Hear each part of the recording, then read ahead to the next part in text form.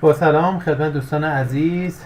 یکی از کاربران یه سوالی پرسید که ما اگر وبسایت نداریم بخوام شماره تلفن حالا شبکه اجتماعیمون رو توی لینک بیو اینستاگرام بذاریم بعد چیکار کنیم. ببین، یکی از راه حلایی که اینجا هستش استفاده از زیلینکه. شما کافی اینجا زیلینک رو سرچ کنید، این سایت میاد براتون. خب ما واردش میشیم، ببین چه خدماتی میتونه به ما ارائه کنه. ببین شما وقتی که این لینک رو استفاده کنید میتونید یه سری سوالات متداول، یه سری توضیحات در مورد کسب و کارتون، مسیریاب بله، حالا توضیحاتی که کسب و کارتون داره، شماره تلفناتون، شبکه اجتماعی که دیگه ای که دارید و میتونید اینجا بذارید و با لوگو خودتون از این میتونید استفاده کنید. حالا نحوه ثبت نامش چطوریه؟ شما زمانی که وارد سایت بشید ثبت نام رو کلیک میکنید. خب اینجا از ما یا شماره تلفن میخواد یا ایمیل، یعنی شما اگر ایمیل هم نداری و از شماره تلفن میتونی استفاده کنی. خب ما اینجا ایمیل داریم، من ایمیلم اینجا وارد میکنم، حساب گوگل هم اینجا وارد بشم. من حالا با حساب گوگل وارد میشم،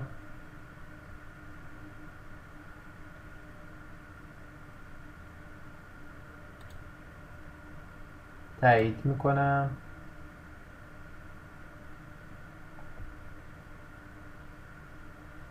خب ایمیل منو تایید کرد. اینجا به من میگه که نام خانوادگی و ایمیل تو وارد کن برای تکمیل پروسه. مثلا من نام برند خودم رو میذارم،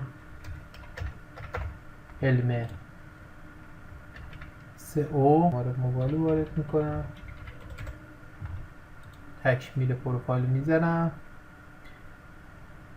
متوجه شدم. خب الان زیلینک من اینجا درست شده. حالا از این قسمت خب دوباره تایید شماره تلفن رو میگه، ذخیره تایید، یه دونه کد اومده که من وارد میکنم 48 16.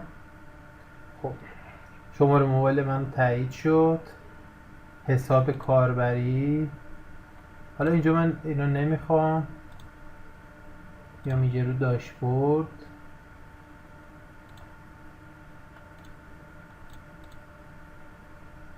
خب روی اون گزینه کلیک میکنم، یا شما میتونید دوباره بک بزنید. ساخت رایگان زیلینک رو من میزنم، اضافه کردن. خب اینجا میگه آدرس زیلینکتون چی بشه. حالا شما میتونید به اسم خودتون یا اسم برندتون باشه. من اینجا میزنم علم سئو. مرحله بعدی بارگذاری تصویر. حالا شما از لوگو میتونید استفاده کنید بعدها. عنوان مثلا من اینجا میزنم آکادمی علم سئو. اینجا شما دوباره اینجا میتونید حالا بازم خدماتتون رو توضیح بدید. مثلا برندتون آرایشی هستش، نام برندتون مینویسید. اینجا مینویسید که مثلا فروشگاه اینترنتی، حالا نام برندتون. من اینجا میزنم برگزاری، حالا بنویسم کلاس آنلاین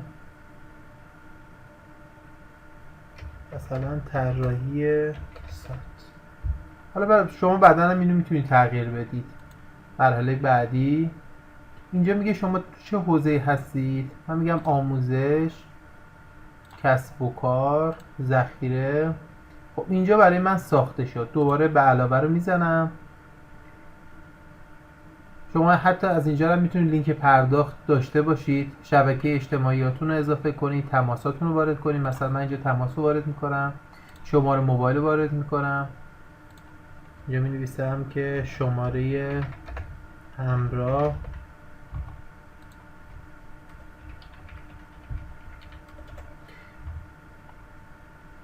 ذخیره کردن. اینجا شماره همراه اومد، دوباره به علاوه رو میزنم. دوباره اینجا میتونم چند تا شماره هم داشته باشم. مثلا اینجا من میزنم شماره موبایل رو میزنم، دوباره اینجا می نویسم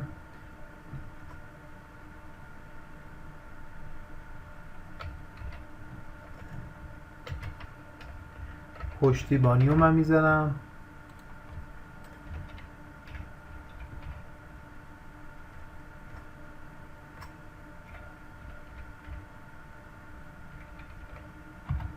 ذخیره رو میزنم اینجا، اومد دوباره و علاوه رو میزنم اینجا. حتی عکس هم میتونم اضافه کنم اینجا. شما میتونید یه سری نمونه کاراتون رو اینجا بذارید، توضیح بدید، یه سری پکیجاتون رو اینجا. شبکه اجتماعیاتون رو میتونید بذارید، مثلا من اینجا کانال تلگرام میتونم بذارم، کانال تلگرام میذارم اینجا من کانال تلگرام علم سئو رو میذارم.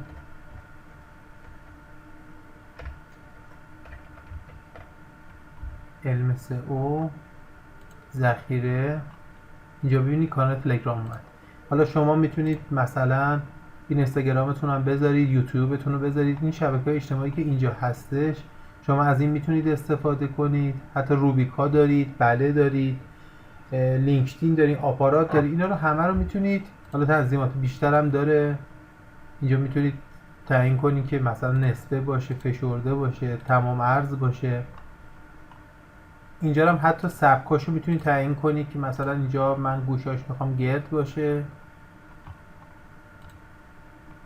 هر کدوم از اینا هم که نخواستید میتونید دوباره روش کلیک کنید و اینجا دوباره اون مشخصاتی که اینجا هستش رو تغییر بدید که سبکش فرق کنه، یعنی دستتون کامل بازه. حتی میتونید بنر اینجا استفاده کنید، بنر تبلیغاتیتون رو بذارید، میتونید لینک اضافه کنید، میتونید حتی ویدیو هم بذارید اینجا، لینک ویدیوتون رو بذارید اینجا.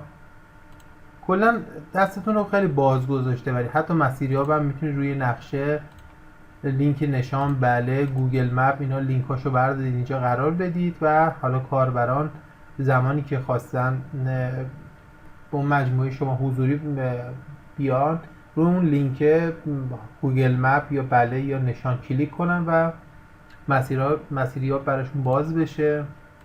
به علاوه رو میذارم من دوباره ببینم چه گزینه هست. متن میتونم بذارم اینجا، میتونم شما یه متن خاصی برای خودتون در نظر بگیرید. مثلا من اینجا میزنم انجام پروژه های طراحی سایت و سئو. پایینش هم دوباره من میتونم توضیح بدم، مثلا آموزش. ببین اینا رو هر کدوم از اینا رو که خواستید میتونید تغییر بدید، کوچیک باشه، متوسط باشه، بزرگ باشه. یه مقداری بعد یه گرو 20 دقیقه با این گزینه ها کار کنید تا دستتون بیاد. اینجا حالا گزینه های دیگه هم هست، ذخیره رو من میذارم. حالا یه سوالی که برای بچه‌ها پیش میاد این که مثلا من الان اینجا گذاشتم میخوام بیاد زیر برندم قرار بگیره، کافیه شما اینو بگیرید بکشید و اینجا قرار بدید. یعنی هر کدوم از اینا رو میتونید شما تغییر بدید. یا مثلا کسایی هستن که اول میخوان لینک تلگرامشون دیده بشه، اینو میگیرن میکشن بالا قرار میدن و الان ساخته شد. یعنی شما اگر اینجا نگاه کنید زیلینک اسلش علم سئو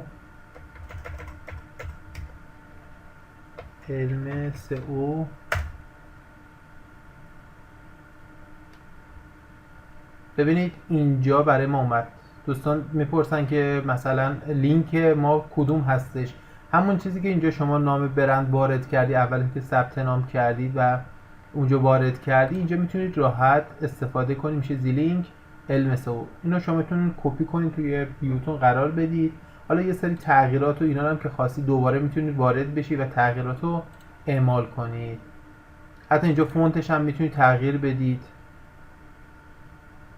مثلا وزین باشه، متونش اینقدر باشه، رنگ پس زمین اصلا شما میخواید تیره باشه، اینجا تیره رو انتخاب میکنید. تایید. ببینید پیشنماییش هم به شما میده. حالا یه رنگ مثلا برند شما این رنگیه، حالا هر رنگی که خواستید اینجا پیشنماییش داره که میتونید تغییر بدید. حتی از این تما هم میتونید استفاده کنید، تمای جذابی داره اینجا. مثلا این تما من استفاده میکنم، پیشنماییشو میزنم، ببینید تم جذابیه، شما میتونید ازش استفاده کنید. این حالا تا تقریبا 90% از موردایی که هستش اینجا رایگان هست، شما کارتون راحت راه میندازید. اگر حالا یه سری موارد بود میتونید خرید اشتراک رو بزنید، ولی خب تا جایی که شما برندتون رو کامل اینجا بیاری، اطلاعاتش و آدرسش و نشان و اینا همش رایگانه. موفق باشید.